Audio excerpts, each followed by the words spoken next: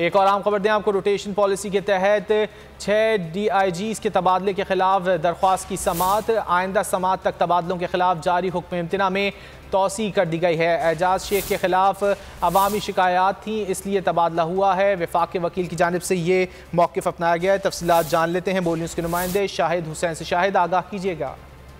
जी बिल्कुल, 6 DIG ने अपने तबादलों के खिलाफ जो है सिंध हाई कोर्ट में दरखास्त दायर की थी। आज वफाकी हुकूमत के वकील ने दरखास्त की कॉपी फराहम करने की इस्तदा की, जिस पर अदालत ने 23 सितंबर तक समाअत मुलतवी की है। लेकिन समाअत के दौरान जो अदालत की जानिब से रिमार्क सामने है, उसमें अदालत का कहना है कि कानून में ये तयशुदा बात है कि वफाकी हुकूमत और सूबाई हुकूमत की मुशावरत के बाद ही पुलिस अफसरान के तबादले होंगे।